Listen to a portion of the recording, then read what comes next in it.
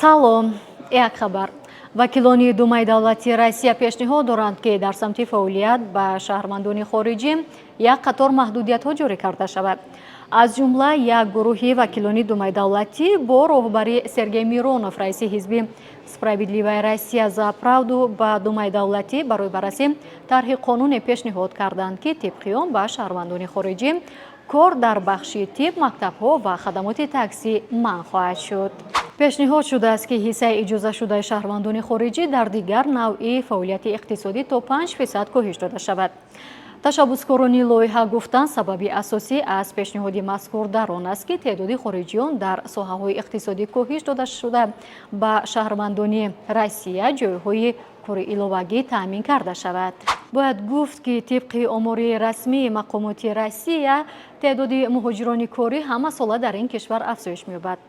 ҳоло тибқи маълумоти расмӣ дар ҳудуди Россия наздик ба 17 миллион шаҳрвандони хориҷӣ ба ҳайси муҳоҷири корӣ ба қайд гирифта шуданд.